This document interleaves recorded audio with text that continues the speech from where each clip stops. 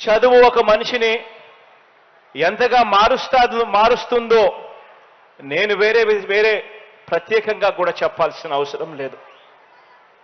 చదువు ఒక కుటుంబ చరిత్రనే కాదు, ఆ కుటుంబాలకు సంబంధించిన ఆ మొత్తం సామాజిక వర్గాన్ని కూడా మారుస్తుంది. చదువు అన్నది కులాల చరిత్రను మారుస్తుంది.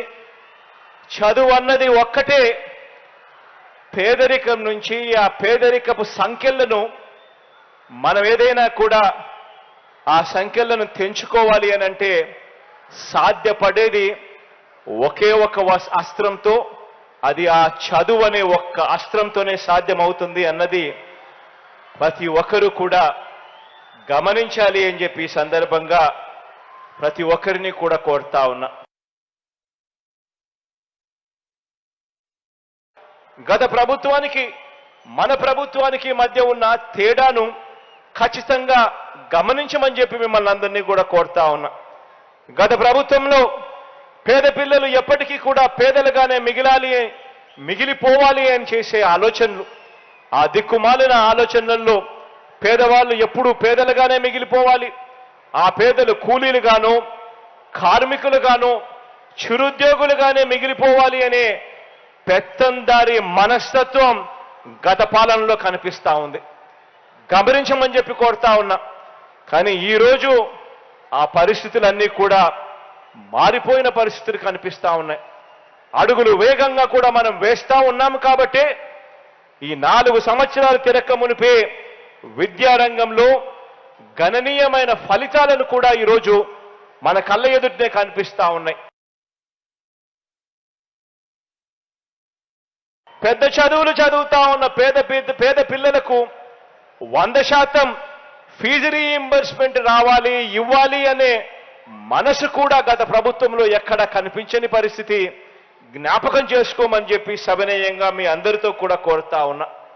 ఆ రోజుల్లో ఫీజులు ఇచ్చేవాళ్ళు కూడా కేవలం అరకొరగా ఇచ్చే ఫీజులు, కేవలం ఇచ్చామంటే ఇచ్చామన్నట్టుగా దులుపుకొని పోయే మనస్తత్వం.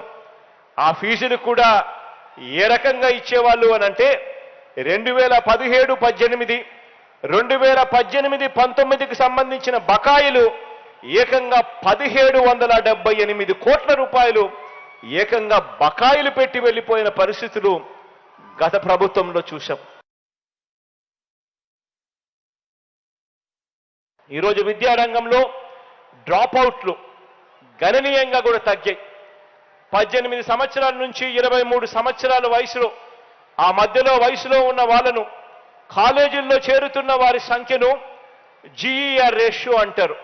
ఈ జీఈఆర్ రేషియో రాష్ట్రంలో 2018-19 నాటికి, అంటే మనం అధికారంలోకి వచ్చే నాటికి 32.4% ఉంటే ఆ రేషియోను 32.4% సరిపోదు.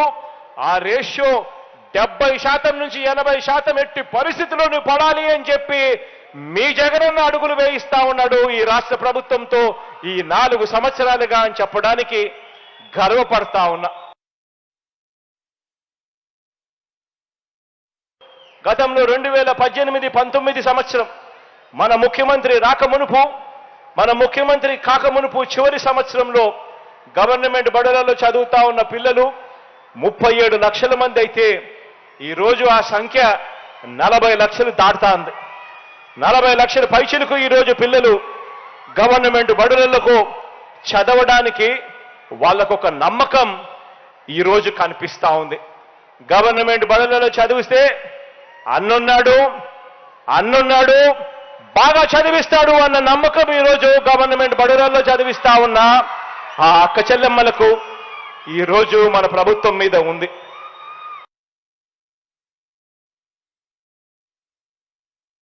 ఒక్క సత్యనాదేళ్ల నా జగన్కు సరిపోడు, నా పిల్లలందరూ కూడా సత్యనాదేళ్ల కావాలి అన్నదే మీ జగనన్న ఉద్దేశం అని చెప్పి ఈ సందర్భంగా తెలియజేస్తా ఉన్నా. నా తమ్ముళ్ళు, నా చెల్లెళ్ళు అందరూ కూడా సత్యనాదేళ్లతో పోటీ పడే పరిస్థితి రావాలి. దానికోసమే ఎప్పుడు జరగని విధంగా ఈరోజు జగనన్న విదేశీ దీవెన అని చెప్పి ఒక పథకాన్ని కూడా తీసుకొచ్చాం. టాప్ 50 యూనివర్సిటీస్లో ఎవరికైనా కూడా సీట్ వస్తే టాప్ 50 కాలేజెస్లో 21 ఫ్యాకల్టీస్లో 1,25,00,000 రూపాయల వరకు కూడా ఫీజులు ప్రభుత్వమే భరిస్తూ ఆ పిల్లలను సత్యనాదెల్లగా చేసే కార్యక్రమానికి శ్రీకారం చుడతా ఉన్నాం.